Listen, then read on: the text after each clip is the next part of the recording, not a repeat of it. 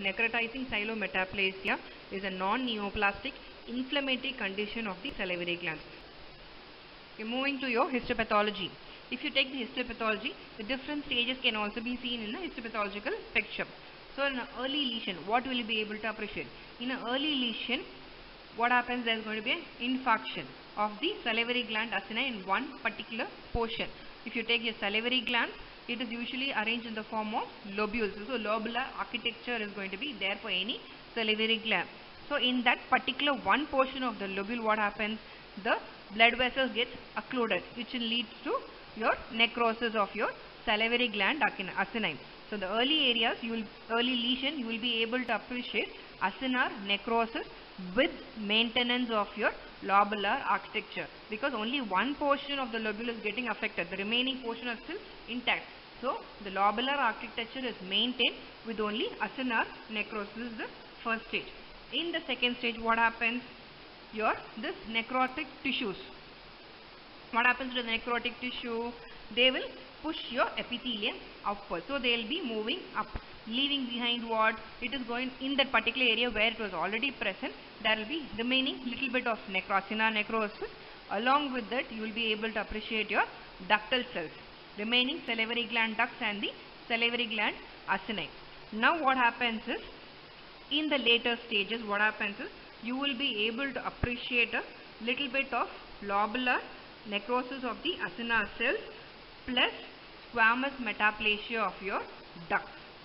So in the later stage, in the third stage, if you take, you will be able to appreciate your few amount of lobular necrosis along with squamous metaplasia of the ducts, which will be surrounded by inflammatory component. The inflammatory cells predominantly being your macrophages, your neutrophils, your lymphocytes, your plasma cells and your eosinophils. Along with this, there will be mucus pooling.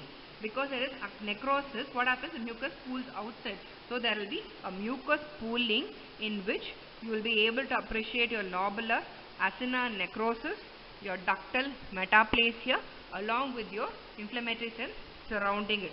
This you will be able to appreciate in the third stage. Now later what happens is, this squamous metaplasia, if you take, what happens? What is squamous metaplasia? That is the metaplasia or the transformation of your ductal cells into a squamous cell. That is your transformation of one cell into another cell type. So there will be ductal metaplasia to form a squamous island. When this is happening, what happens is, in the fourth stage, your epithelium proliferates. The ulcer which has been formed is trying to heal. So the epithelium will proliferate. When it proliferates, it will proliferate very rapidly. So when it proliferates very rapidly, it will move down. So these retipex of the epithelium will move down towards the area where there is already a squamous metaplasia of the ducts. So these epithelial cells will surround these squamous metaplasia of the duct, giving one small island.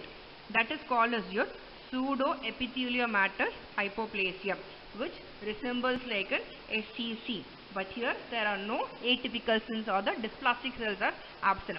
It is nothing but a reactive phenomenon.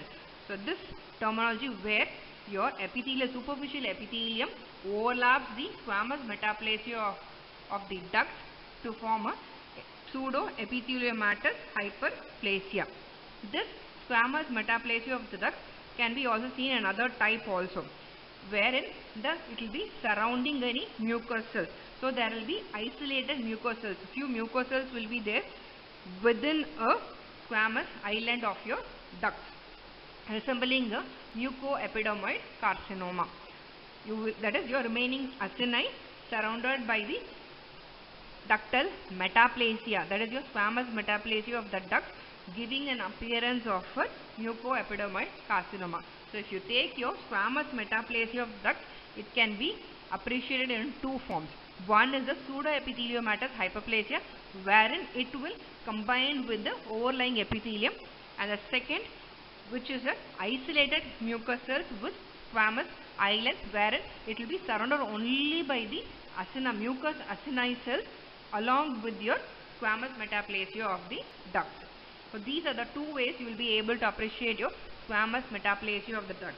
Along with this, few inflammatory cells, as I have already told you, macrophage, your neutrophils, your lymphocytes, your plasma cells, eosinophils, and your histiocytes and macrophages can be appreciated. So this is the histopathological picture of your necrotizing sialometaplasia. If you take this histopath picture, the one surrounded by red is the necrotic tissue. The one surrounded by blue is the normal salivary gland acini, the adjacent normal salivary gland acini. Again, this is the second picture showing your acinar necrosis. All this I have just marked in two areas is red. If you able to appreciate, the remaining areas is also the acinar cells, the mucous acinar cells, which are undergoing necrosis, surrounded by your inflammatory component, basically your lymphocytes and your neutrophils. This is your ductal metaplasia. If you see, these ducts are getting reactive and they are undergoing metaplasia to form a squamous cell. So this is your ductal metaplasia. This picture, if you take, this is the fourth stage where your epithelium tries to repair by closing your ulcerated area as well as by proliferating downwards and surrounding the metaplastic ductal cells. So you are able to appreciate your squamous metaplasia of ducts, along with that the downward growth of your superficial epithelium. Now if you take this picture, you are able to appreciate your squamous metaplasia of the duct. There is the two forms. The one which is marked as 1, is labeled as 1, is your pseudoepitheliomatous hyperplasia, where the ductal cells or the metaplastic ductal cells which are undergone squamous metaplasia is surrounded by the overlying surface, a downward growth of your surface epithelium.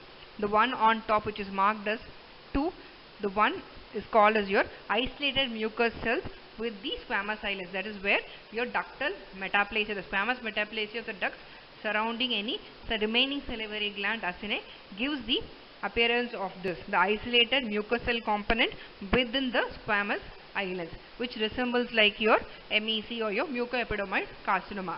The one will resemble like your squamous cell carcinoma. But if you take both, we do not see any infiltrative behavior here, no atypical or dysplastic cells. So typically it's a reactive lesion only and not a tumor at all. And if you take the treatment is not usually required. It usually resolves spontaneously within weeks if it involves the hard and soft palate. If required, you can take a biopsy, and it usually resolves within 6 to 10 weeks. Any supplementary medicines for the pain can be given. Other than that, it is going to resolve on its own because it's a self-healing ulcer. Thank you.